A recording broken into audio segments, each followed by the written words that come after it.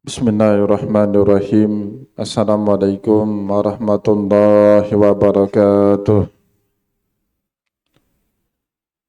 Innal hamdalillah salatan wa salaman ala Rasulillah sallallahu alaihi wasallam wa ala alihi wa ashabihi wa man tabi'ahu bi ihsanin ila yaumiddin summa amma ba'du. Puji dan syukur senantiasa dan tidak pernah bosan-bosannya kita panjatkan kehadirat Sang Maha Pencipta Allah Subhanahu wa Ta'ala, yang mana dengan limpahan karunia-Nya, rahmat-Nya, hidayah-Nya serta anugerah-Nya kepada kita semua, kita kembali masih diberi kesempatan, kesehatan dan usia panjang oleh Allah untuk sama-sama dan senantiasa mengabdikan diri kita di jalannya dengan menjalankan segala perintahnya dan menjauhi semua larangannya. Salawat diringi salam juga tidak pernah lupa pula kita hanturkan kepada junjungan alam Nabi besar Muhammad sallallahu alaihi wasallam, di mana dengan perjuangan beliau dan para sahabat beliau kita dapat mengenal betapa rahmatan lil alamin ajaran agama Islam sebagaimana yang menjadi keyakinan dan pengetahuan kita bersama.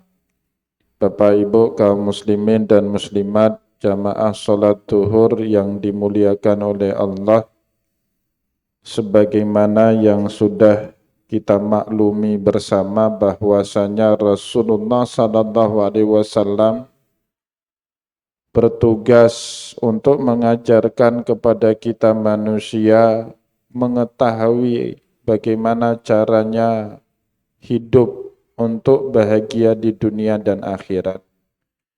Itulah sebab Rasulullah sallallahu alaihi wasallam tidak pernah merasa bosan dengan pertanyaan apapun dari para sahabatnya yang ingin mengetahui apa-apa saja yang bisa membuat seseorang bahagia baik di dunia maupun di akhirat.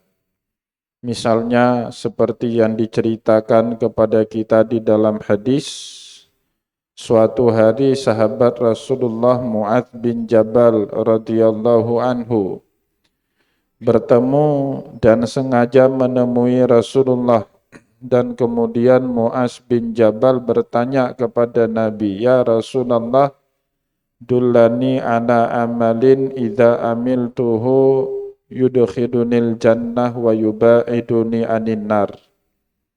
Ya Rasulullah, tunjukkanlah kepada saya satu amalan yang jika saya menjalankan amalan tersebut, Allah Subhanahu wa Ta'ala niscaya akan membuat saya masuk ke dalam surga dan juga menjauhi diriku dari api neraka. Bapak Ibu kaum muslimin dan muslimat yang dimuliakan oleh Allah, Rasulullah pun menjawab pertanyaan Mu'adz bin Jabal dengan berkata, "Laqad sa'alta an 'azimin wa innahu layasirun ala man yassarahullahu ilaih."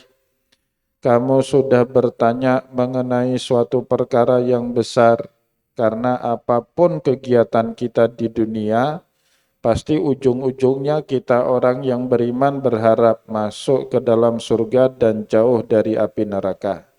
Itulah sebab Nabi kemudian berkata terhadap pertanyaan Mu'adz bin Jabal itu, "Laqad sa'alta an 'azimin."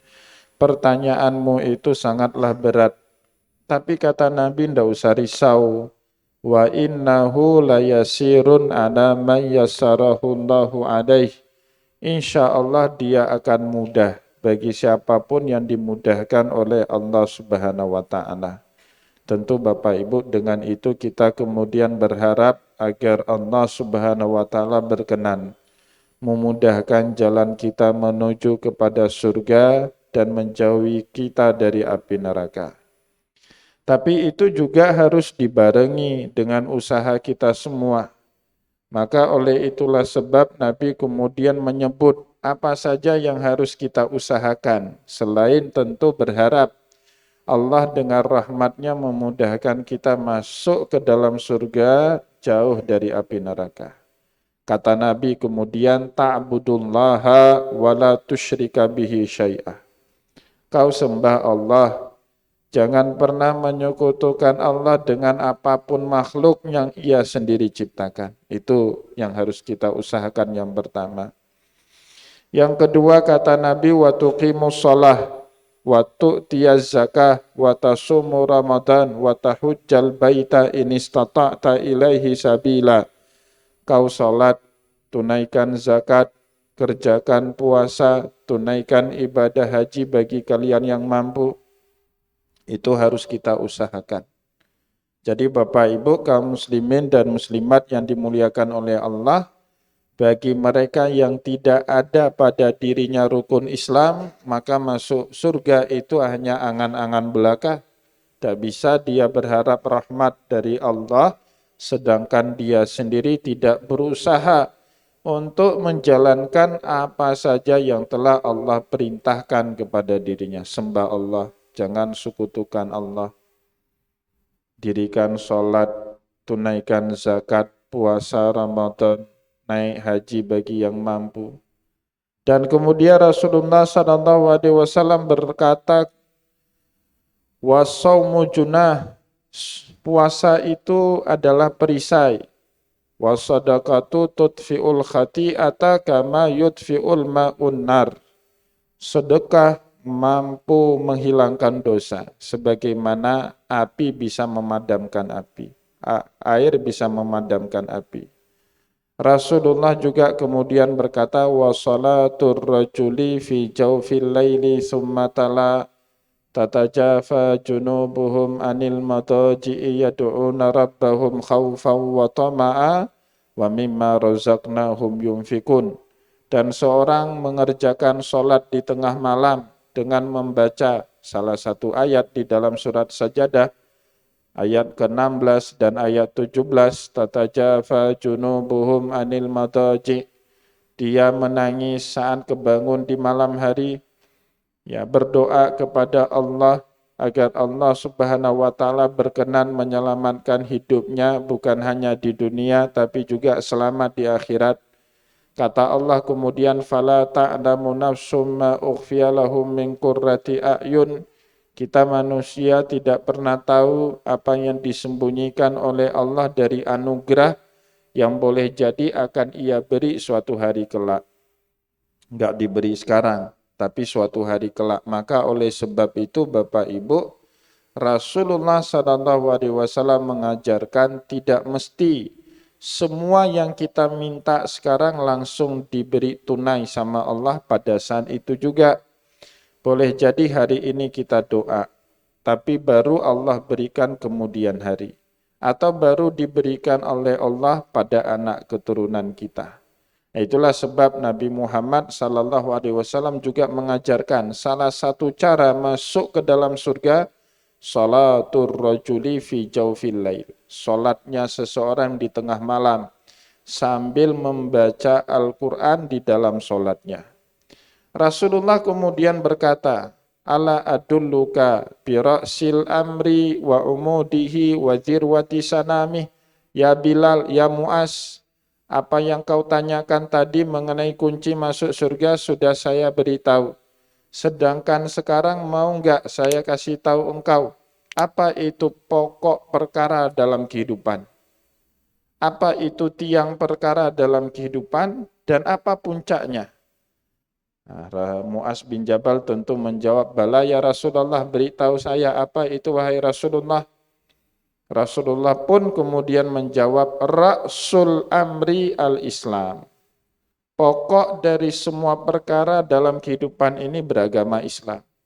Jadi sebanyak apapun amal soleh yang kita lakukan, kalau kita belum bersyahadat, tidak ada makna kebaikan yang telah kita lakukan.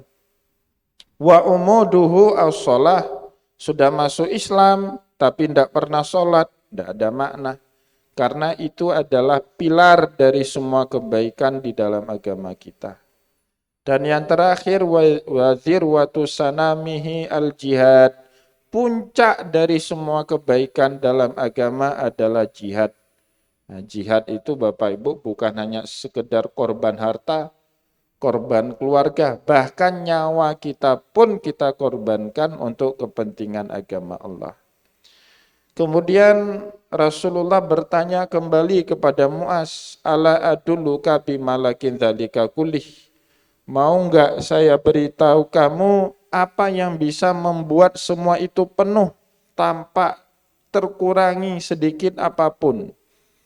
Nah, kemudian Muaz bin Jabal berkata, bala ya Rasulullah, tentu saya mau tahu apa itu yang membuat tidak ada satupun amal soleh kita itu bocor.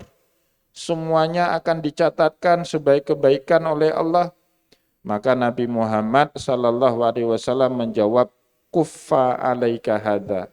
Nah, beliau ambil lisannya, kemudian beliau berkata kepada Muaz, jaga baik-baik lisanmu ini.